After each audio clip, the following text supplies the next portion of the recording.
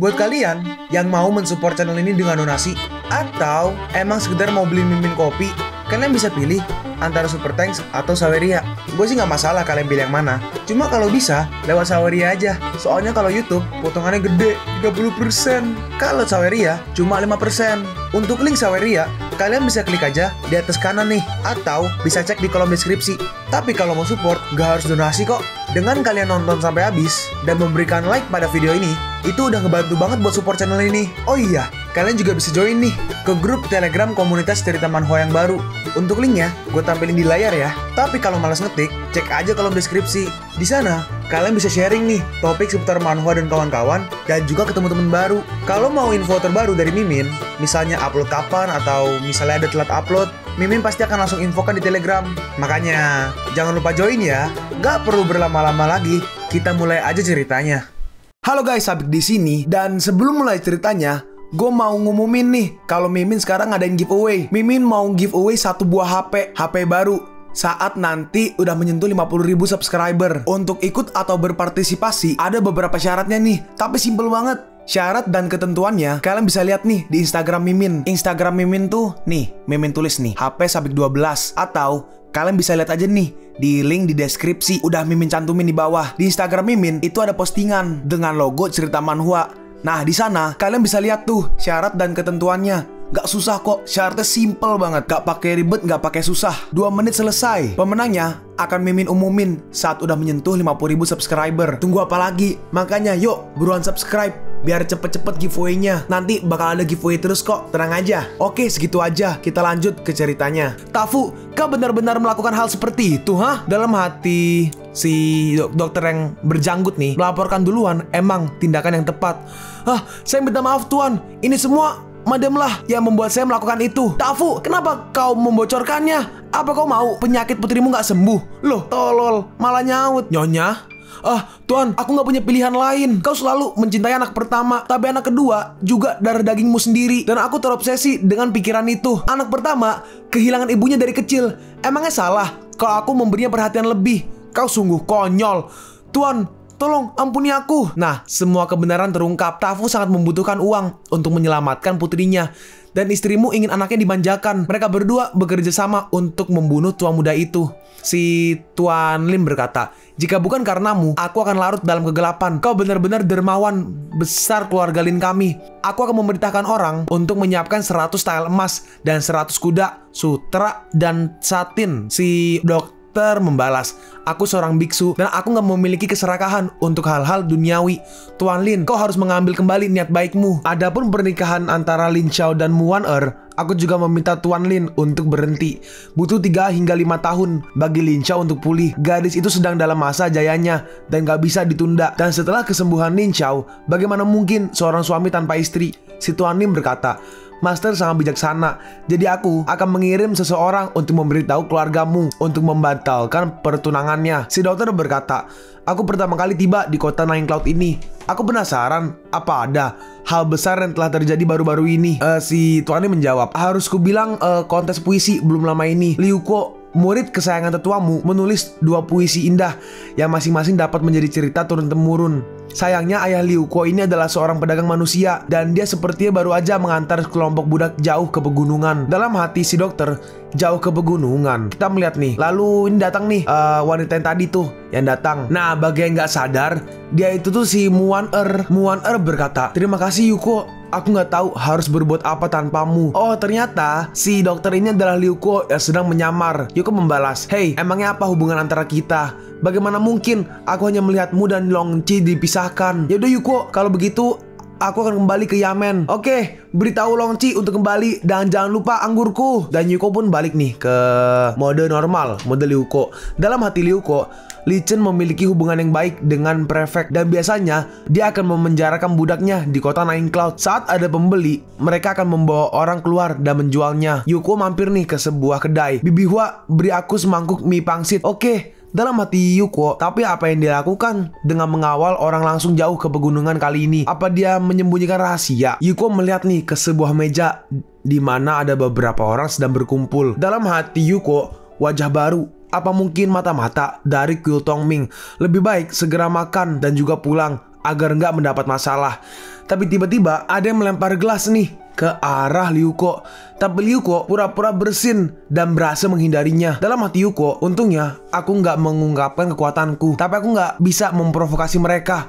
Kenapa aku harus bersembunyi? Lebih baik berpura-pura nggak terjadi apa-apa. Bibi, ini uangnya. Ada di atas meja. Oke, hati-hati di jalan. Dan Yuko pun pergi. Si wanita rambut pink ini berkata, bukan kebetulan anak ini lolos dari cangkir teh tadi. Dia seperti punya rahasia. Lalu temannya yang depan tuh yang kiri, dia merespon, yang mulia terlalu banyak berpikir. Menurutku, orang itu beruntung. Dia bersin sebelum menghindari cangkir teh. Ini adalah pertama kalinya kita tiba di kota Nine Cloud ini. Lebih baik menghindari masalah. Si wanita rambut pink melanjutkan nih. Pokoknya, yang utama adalah melakukan apa yang ayah perintahkan. Lagi pula, Quill Tongming sudah nggak bisa diandalkan lagi. Yang mulia bijak, para komandan Quill Tongming menginginkan posisi gubernur, dan mereka nggak punya waktu untuk mengurus urusan lain. Lebih baik mengandalkan diri sendiri. Saat kita udah kenyang, kita akan pergi ke toko buku besar untuk melihat-lihat. Lalu Yuko pun pulang nih. Istriku, apa kau merindukanku? Yuko, akhirnya kau kembali. Istriku, kenapa kau cemberut? Apa kau ngambek karena suamimu ini nggak membawamu keluar? Paikoi membalas, waktu yang tepat untuk menjadi pembicara yang apik. Istriku, apa yang salah denganmu? Dia menjawab, itu bukan masalah besar, hanya sedikit rindu rumah. Yuko berkata, rindu? Lalu, kalau begitu, aku akan menemanimu kembali. Ngomong-ngomong, aku bisa kan bertemu ibu mertuaku dan kemudian melamar? Tapi, aku nggak bisa kembali. Yuko bertanya, kenapa kau nggak bisa kembali? Aku nggak bisa memberitahumu. Lalu Yuko pergi nih. Kalau begitu, jangan katakan itu. Beritahu aku saat kau mau. Yuko, apa kau marah? Enggak, aku hanya merasa seperti kehilangan sesuatu yang penting, dan sekarang aku harus menghadapinya. Dalam hati Paikoi, pinggiran kota 9 awan. Kita begini, di pinggiran kota 9 awan, kita melihat ada seseorang sedang kayak menyiapkan sebuah skill di tangannya. Wush, oh ini Yuko lebih tepatnya ya. Yuko ini pakai baju kayak ninja gitu. Dalam hati Yuko, jejak tapak kuda ini sedalam 2 inci, dan seharusnya kereta penjara yang mengangkut budak. Sepertinya Gunung Shaoyun adalah gunung yang dikatakan Senior Lin. Lalu Yuko mengambil sesuatu dari dalam bajunya dan melemparkannya ke sebuah pohon sampai pohonnya kepotong nih dan tumbang. Dan ternyata di situ ada Paikoi, dan Yuko melihat, istriku, kenapa kau ikut ke sini? Paikoi berkata, Aku takut kau akan marah. Yuko berkata, bagaimana bisa aku begitu? Tunggu. Shh, ada yang datang. Geruduk. Kita melihat nih, ternyata itu si San Yuan lagi naik kuda. Dalam hati Yuko, paman San Yuan. Paikoi, ayo menjauh dulu. Oke, lalu San Yuan melihat nih pohon yang baru aja kepotong oleh Ryuko. Dalam hati San Yuan, pohon itu baru aja dipotong. Lalu San Yuan menyerang dan memotong pohon-pohon lainnya. Tapi untungnya Yuko berhasil menunduk nih. Kuat sekali. Dan Yuko pun ketahuan. Hei, siapa kau? Aku nggak ada permusuhan. Aku hanya lewat. Dalam hati Yuko, serangan barusan, setidaknya itu tahap Martial Emperor. Aku nggak menyangka paman San Yuan sekuat ini. Apa kau dari Quill Tongming? Dalam hati San Yuan, apa rahasianya udah ketahuan? Katakan padaku. Ini benar-benar kesalahpahaman. Tunggu. Kita melihat nih, San Yuan maju menyerang, dan serangannya berhasil menghancurkan pedang dari Ryuko, dan Ryuko ditendang ke pohon. Dalam hati Ryuko, tubuh ini masih terlalu muda. Ini nggak bisa menggunakan kekuatan Martial Emperor. Katakan padaku sekarang, siapa yang mengirimmu ke sini? Kalau kau nggak mau mengatakannya, aku akan. Tapi tiba-tiba, hentikan, dia adalah tiba-tiba si San Yuan kayak pusing gitu, halu. Dan dia pun langsung pingsan. Yuko berkata, sepertinya berhasil. Paikoi bertanya, kenapa paman San Yuan tiba-tiba jatuh? Yuko menjawab nih, pasti nggak mungkin bertarung dengan gegabah. Jadi aku diam-diam mengeluarkan senjata tersembunyi. Untungnya paman San Yuan meremehkanku. Dia memberiku kesempatan ini. Sekarang dia nggak bisa terbangun untuk sementara waktu. Paikoi berkata, jadi apa yang akan kau lakukan dengan paman San Yuan? Kau nggak ingin memberikannya? Yuko membalas, Nggak mungkin. Tapi keberadaan kita nggak boleh ketahuan. Paman San Yuan sering minum dan membuat kesalahan. Kita bisa memanfaatkannya. Lalu ini, Yuko nih ambil sebuah kayak ini anggur. Yuko berkata, selesai sekarang, dia akan mengira dia mabuk, lalu bertarung dengan 2 beruang. Beruang-beruang itu sangat menyedihkan. Kembalilah sekarang. Ini bukan di mana kau seharusnya berada. Paikoi bertanya, apa kau membenciku? Yuko menjawab, bagaimana bisa aku membencimu? Sudah terlambat bagiku untuk membencimu. Berbahaya jauh di dalam gunung. Aku takut sesuatu akan terjadi dan aku nggak bisa melindungimu dengan baik. Ada apa? Kalau begitu, yaudah. Kalau begitu, aku akan benar-benar pergi sekarang. Oke. hati-hati di jalan. Dalam hati Yuko, ayo pergi. Aku punya firasat kalau kebenaran selanjutnya akan brutal. Biarkan aku yang mengurusnya sendirian. Kita melihat nih, ada kayak sebuah barak gitu nih di tengah-tengah pegunungan gitu. Dalam hati Yuko, kenapa ada barak di sini? Enggak, ini semua adalah tawanan perang dan penjahat. Mereka semua adalah Martial Grandmaster. Mungkinkah Li Chen selalu menggunakan kedok seorang pedagang untuk mengumpulkan pasukan di Gunung Shaoyun? Merekrut pasukan secara diam-diam adalah kejahatan besar yang bisa membunuh 9 generasi keluarga. Apa sebenarnya yang ingin Li Chen lakukan? Apa mungkin dia mau memberontak? Kita melihat nih, Pai Kuai pun kembali. Yuko, ini Pai Kuai agak sedikit flashback kayaknya ya. Pai Kuai berkata, maksudnya Master, Anda mau saya meninggalkan tua muda? Li Chen menjawab, Li Chen tuh ayahnya Yuko ya. Kenapa kau mau pergi? Apa aku nggak akan sedih kalau kau pergi? Aku sudah lama mengenalmu. Aku bisa lihat kalau kau tulus pada anakku. Makanya aku memberitahumu rahasia. Yuko sebenarnya bukan anak kandungku. Darah keluarga kerajaan Nanyue mengalir dalam tubuhnya. Hah? Keluarga kerajaan Nanyue? Iya. Dulunya, aku adalah penasihat pangeran. San Yuan adalah pengawalnya pangeran, dan kami mendampingi beliau. Siapa sangka, pangeran kedua adalah tiran dan menyakiti pangeran mahkota untuk merebut tahtanya. Untuk menyelamatkan pangeran, aku menukar anak pangeran mahkota dengan anakku. Anakku juga mati di tangan putri mahkota. Pai Kuai bertanya, kenapa Anda memberitahuku saat klanku dan keluarga kerajaan sudah bentrok dalam beberapa generasi? Apa Anda nggak takut kalau aku bakal? Li Chen membalas, karena aku tahu kau menyayangi anakku. Makanya aku harap kau bisa kembali ke teologiku untuk mengumpulkan kekuatan dan membantu Liu Kuo mengambil kembali posisinya. Lalu setelah itu, si Li Chen memanggil 2 orang nih untuk membawa. Oh, dia berhasil menangkap seorang wanita. Li Chen menjelaskan, dia Qing Kuling. Dulunya dia memperalat saudaramu untuk mencuri relik klanku. Aku membawanya dari pasar gelap. Pasti pencapaian yang bagus bisa membawanya kembali. Pai Kuai berkata, harapan Liu Kuo adalah untuk makan dan hidup damai. Saya nggak bisa. Li Chen melanjutkan nih, klanku dianggap sebagai agama Demon di Nanyue dan diburu oleh pengadilan. Bagaimana bisa hidup dengan damai bersama Liu Kuo?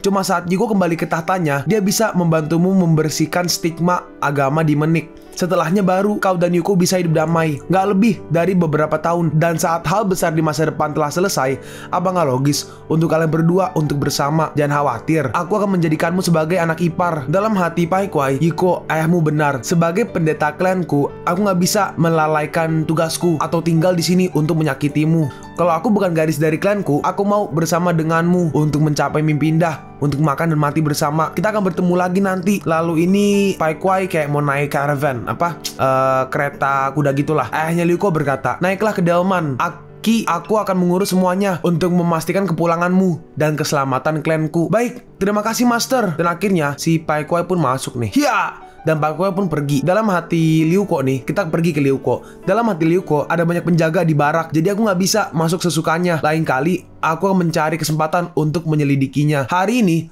aku membuat Xiao Pai menunggu 2 kali. Dia mungkin marah. Aku harus cepat-cepat kembali untuk menemaninya. Tapi kita lihat nih, udah kayak sinetron aja nih, lewat-lewatan. Hah? Xiao Pai? Enggak. Kayaknya aku terlalu cemas. Dan Yuko pun pergi nih, pulang nih. Sayang, aku pulang. Loh, dia nggak di sini. Sayang, salahku meninggalkanmu di rumah hari ini. Ayolah keluar. Lalu Yuko melihat nih sepucuk surat. Yuko, aku menemukan saudaraku. Kami akan pulang sekarang. Sampai jumpa lagi. Dalam hati Yuko, di kehidupan sebelumnya, kau meninggalkanku demi keluarga Yun. Kenapa kau mengulang kesalahan yang sama lagi di kehidupan ini? Apa ini takdir? Lalu tiba-tiba si Li Chong datang nih. Tua muda, ada masalah. Beberapa bangsawan tiba-tiba datang ke toko buku. Mereka mau bertemu langsung dengan Anda. Sekarang kita begini ke toko buku. Loh, kenapa mereka? Ternyata kita melihat nih, ini adalah gerombolan orang tadi, yang wanita rambut pink yang lempar cangkir tadi ke Liu Kuo. Nah, si wanita berkata, kau perkenalkan dulu, mereka teman baikku dan mereka bertalenta terkenal di ibu kota. Yang kiri Tu Citeng, yang tengah Wen Qiao, yang kanan Pi Qiyang. Yuko merespon, nama yang bagus, sakit perut, sakit perut deh. Tu Citeng, gigitan nyamuk Wen Qiao. Terus dan hidung gatal Pi Qiyang.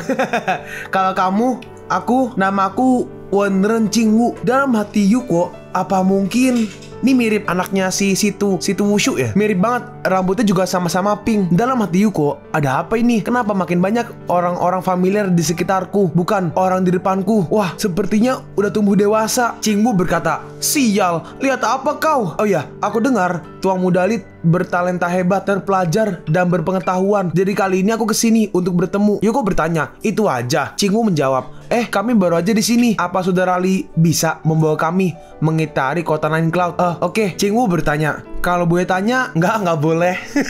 Enggak. Kalau boleh tanya, apa catatan Taikin dan bercinta adalah tulisanmu? Yuko menjawab, nggak masalah tulisanku atau bukan. Enak kalau diakui semua orang. Aku nggak punya maksud buruk. Aku cuma mau mengundang saudara Li ke aula buku ibu kota untuk memamerkan talentamu ke yang lain agar dunia melihat kemampuan Tuan Li. Yuko merespon, sepertinya Anda salah paham. Aku menulis buku dan puisi murni untuk mengekspresikan diri, dan aku bukan mengejarnya, dan aku bukan mengejar popularitas atau harta. Tapi lalu tiba-tiba ada beberapa orang nih, kayak sekelompok orang gitu. Itu aku yang membuka gunung ini, dan aku yang menanam pohon di sini. Dalam hati Yuko, bukannya itu Fanchan? Apa dia kira ini game baru baginya? Loh, tunggu dulu. Kalian makin kurang profesional. Seluruh jalan di sini adalah jalan bebatuan. Gunung sama pohon dari mana? Kalau mau jadi raja gunung, pergilah ke Gunung Yinchan 10 mil keluar kota. Apa yang kalian lakukan di sini? Hei, jangan omong kosong. Apa kau Yuko? Benar gak? Ya, benar. Akan kuhajar kau. Kawan, ayo. Tiba-tiba Yuko berteriak, Pembunuh di siang bolong. Tapi hei, itu kemana tanganmu?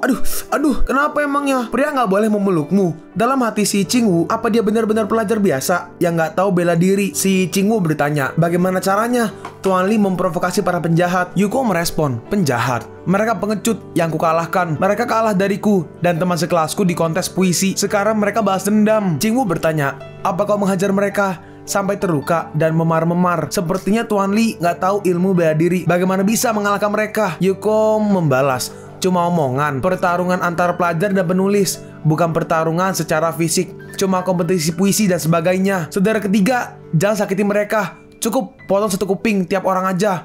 Paman, ampuni aku. Tolong, kami salah. Kami nggak sopan. Satu dari orang itu berkata, Kau menyakiti orang di tempat umum. Di mata, apa ada hukum di sini? Chingwu membalas, kau menggunakan kayu melawan pelajar yang gak berdaya. Apa itu masuk akal? Dalam hati Yuko, Wuyoku udah dewasa. Bahkan sekarang dia membela diriku. Apa kau tahu siapa aku, ha? Aku baru kepikiran siapa kau. Ternyata Fanchan. Kau gak mau pedang bagus. Kenapa kau memakai kayu hari ini? Apa mungkin kau mengubah namamu dari Fanchan ke Fan Kayu? Hei, tiba-tiba ada yang datang nih. Beraninya, siapa yang berani bertarung di jalanan? Dalam hati Yuko, Muan Yuko menjawab, letakkan senjata kalian di lantai. Salah sangka, cuma salah sangka. Orang yang di kiri berkata, berkelahi di jalanan. Tangkap mereka semua. Fanchan berkata, nonamu, tangkap Yuko untuk Xiaomin. Dia menyakiti orang di jalanan. Lihatlah telingaku di bar mereka. Hei, lepaskan. Yuko berkata, Wan ini salah sangka. Fanchan mau menghajarku di jalan, dan para pelajar dari ibu kota hanya menyerang untuk melindungiku. Muan merespon, kau menghajar orang di jalan, dan kau bahkan menang. Jadi aku gak bisa memihak. Aku cuma bisa berpura-pura gak tahu kau akan pergi setengah hari. Lalu Muan berkata nih, oke, ayo pergi ke Yamen bersamaku. Dan akhirnya dia pun pergi nih. Yuko berkata, bukannya aku harusnya ke penjara? Kenapa aku kemari? Wan menjawab, aku bisa benar-benar menangkapmu, tapi aku benar-benar gak bisa mengabaikan perkelahian di jalan sebagai polisi. Yuko berkata, iya, kerjaannya nonamu. Aku pasti akan bekerja sama. Oh ya, ngomong-ngomong gimana keadaan temanku yang dari ibu kota? Muan menjawab, jangan khawatir, aku menempatkan mereka di ruang sebelah. Mereka nggak akan disusahkan. Terima kasih. Muan melanjutkan nih, bukan, harusnya aku yang berterima kasih atas kedatanganmu kemarin di Mansion Lin. Yuko merespon, kenapa berterima kasih? Kita besar bersama sebagai saudara. Aku harap bisnismu dan Helong akan sukses. Oh ya, kabar Helong gimana? Sepertinya anak itu tiba-tiba dapat pencerahan. Dia membeli arak dan memberinya pada ayahku, dan bermain paiko dengan ibu, membuat mereka senang. Baguslah. Yuko, apa kau sakit? Oh, nggak apa, aku cuma luka ringan.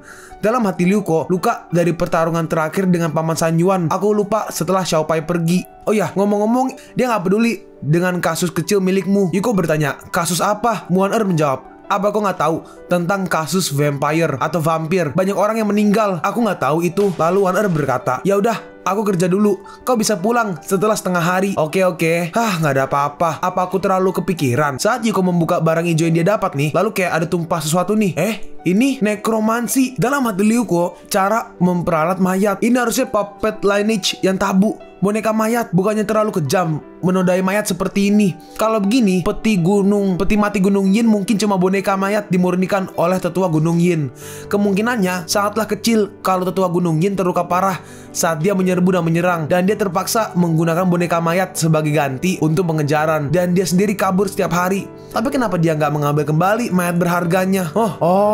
Kalau soulnya hancur, butuh paling tidak 100 tahun untuk pulih. Mungkin tetua Gunung Yin diam-diam bersembunyi untuk menyembunyikan diri, menunggu untuk mengambilnya nanti. Dan akhirnya mereka semua pun dilepaskan. Akhirnya kita bebas. Pichi yang berkata, apa kau dengar kalau akhir-akhir ini ada kasus pembunuhan di kota Nine Cloud? Citeng berkata, kasus pembunuhan sangat gak berarti. Ciang menambahkan, membosankan. Kalau kita bisa cari bukti saat kembali ke Akademi Shuqian, saudara-saudara kita pasti akan takjub pada kita. Akademi Shuqian. Dalam hati Yuko, Akademi Shuqian adalah akademi yang didirikan oleh kaisar, penuh dengan anak-anak pejabat. Kenapa mereka datang ke kota Nine Cloud? Kalian pun sampai di penghujung video ini. Kalian mau tahu lanjutan chapter ini? Atau manhwa menarik lainnya? Makanya, jangan lupa subscribe biar kalian gak ketinggalan kalau gue upload video baru. Jangan lupa like, komen, dan share ke teman-teman kalian supaya channel ini bisa lebih berkembang ke depannya. Segitu dulu dari video cerita manhwa.